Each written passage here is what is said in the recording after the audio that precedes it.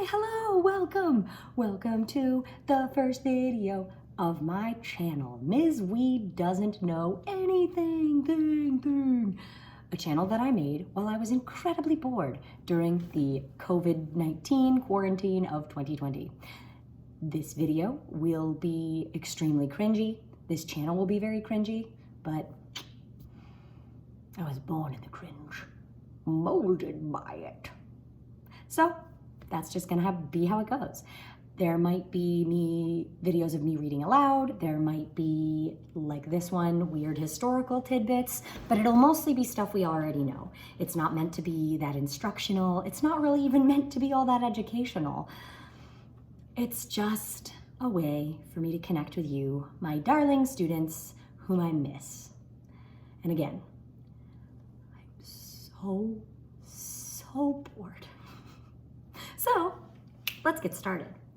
I was originally going to talk about the Heian Kyo period of Japan, which we just finished talking about. So I figured let's take it back, but also I figured why not do a Heian Kyo makeup tutorial? And then I remembered several things. I can't get face paint. I only have a small amount of face paint and none of it is what I want. And it's a pandemic, so I can't go outside. Well, we're gonna make do with what we have here at my house. And what I'm using instead is flour, which is actually quite ironic, seeing as the Heian Kyo women used rice powder and caked it on their faces. Now, you're gonna see flour, rice powder, all of it really doesn't stick very well. So you're gonna need to cake it on, like crazy cake it on. It must have taken hours for these women just to do their makeup, not to mention their clothing, which was a standard 12 layers, but some upper class women in the Heian Kyo wore over 40 layers of kimono. That has gotta suck in the summer. I don't know if they had deodorant. I wasn't there. I was somewhere else at the time. Now, the whole face whitening thing is not endemic to Japan. It's not just a Japanese thing. It's actually been around in history for untold eons. Well, there's a lot about the history of makeup that's super interesting for both men and women. Beauty standards change and evolve so much as we go through society, and yeah, men and women throughout history have worn makeup. It's kind of cool. But face whitening has been a thing across societies. In fact, for a long time, it was actually considered really low class to be tan because it implied that you were working outside. So people who were pale, the mark of never going outside ever, COVID-19, and had almost translucent, almost sickly skin, were prized for several periods in history as like a mark of status or class, which is like a whole nother set of weirdness. Anyway, what I'm trying to say is that beauty standards evolve like crazy all the time, and they always will. So when you start holding yourself up to somebody else and comparing yourself and freaking out, stop. Don't paint your face with lead. Looking at you, Europe. Don't pluck out all your eyebrows. Looking at you, Heian Kyo. Don't starve yourself. Try not to hate yourself. Really, the standards are always changing and they're almost always impossible. So love what you got, because what you got is pretty great. Not as great as me though, hi! Okay, let's get started. Makeup has been around since at least ancient Egypt. 10,000 BC, ancient Egyptians were taking makeup with them to the grave. So that stuff's been important for a hot minute. Men in the French court of King Louis XIV, I think, or Louis XVI, I'm not sure, Louis says, I don't remember. Men in that court painted beauty marks on their faces. People have been putting red rouge on their cheeks to look youthful and healthy for ages. So the Heian Kyo makeup thing, not so weird. But what is interesting are some of the particularities of Heian Kyo makeup, which we've discussed. So I'm going to start by getting rid of my eyebrows. Again, I don't have my full complement of stage makeup with me because it's at school and, you know, school's on lockdown. So we're just going to do the best we can with what we got.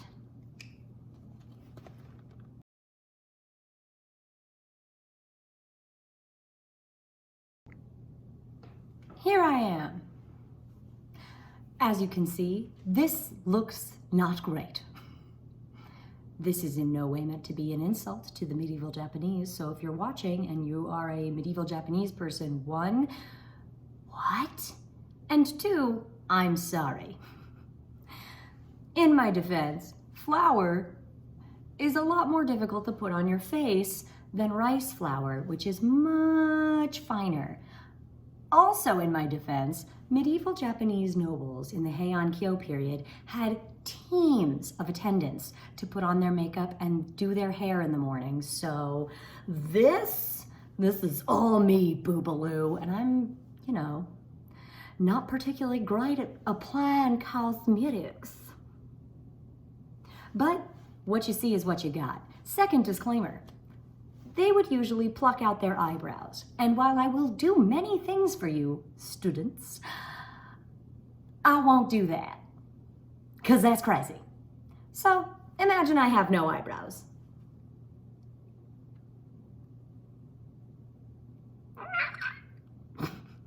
All right, next step, as I shed flour everywhere, is to do the eyebrows. So again, I have no eyebrows. Woo, illusions. Eyebrows were usually applied right up at the tippity top of the hairline, all the way up there. Really, Ms. Weed, you say? Yes, really, really. So I have whatever black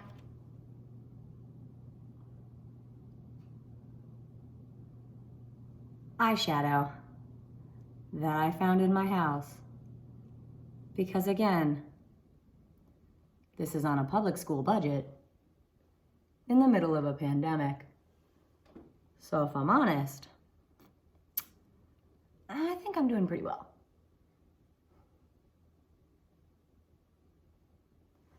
So, eyebrows are painted high at the top of the head, almost touching the hairline, and they were often arched to create a look of surprise. I'm not entirely certain why that is, but here we have it. Maybe it makes the eyes look bigger. If I was better at this, maybe there would be some sort of contour effect achieved that makes me look amazing. But as of right now, I have no eyebrows and these eyebrows. Looking fly. Next is the lips. As you can see, I've tried to get my mouth even smaller than it already is. Because in the Heian Kyo, that was prized, having really tiny lips, painted in a bit of a bow, kissy mouth shape, was the thing to do. So here I am,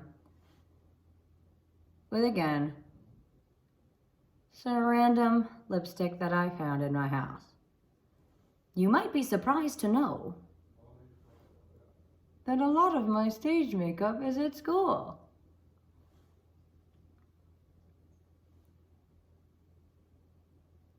Michael's playing video games in the background.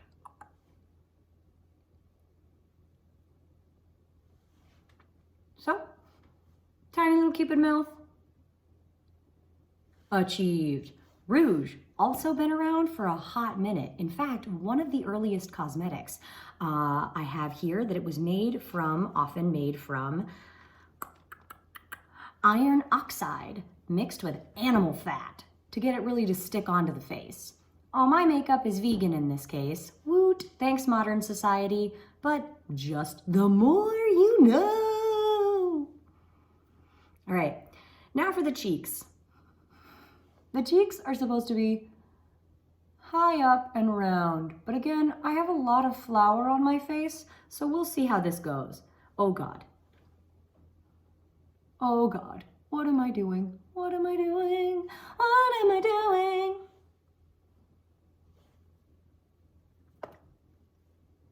Oof.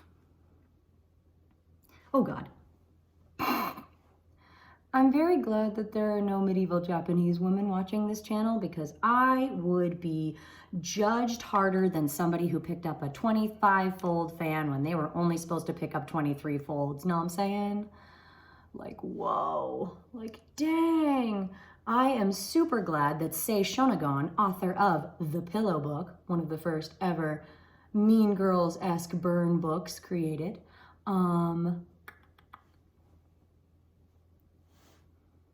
I'm very glad that she is not around anymore to see me in this getup, because she would roast me like a suckling pig and I would feel bad. So,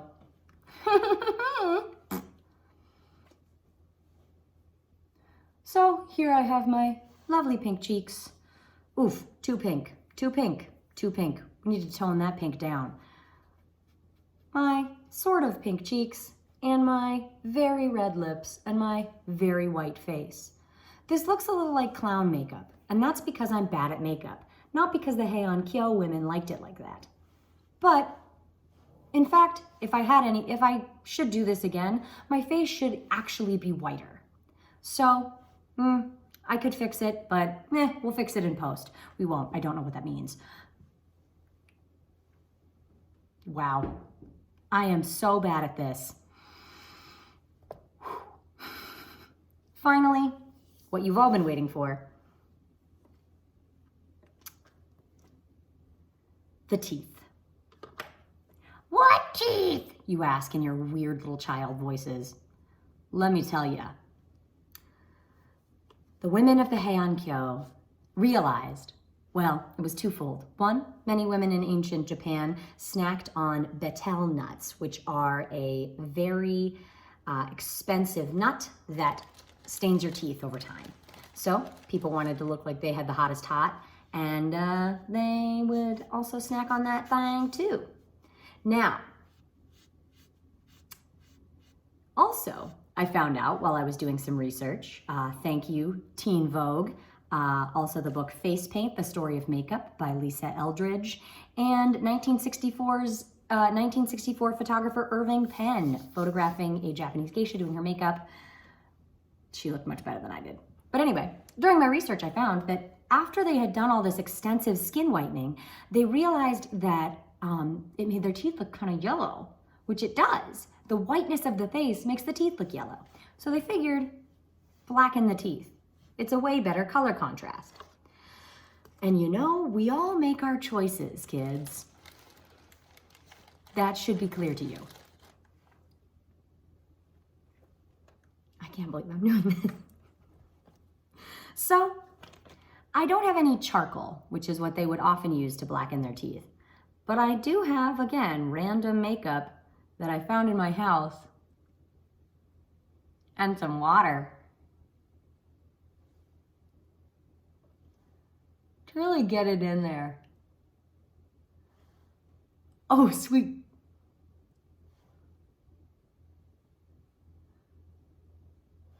This is truly awesome.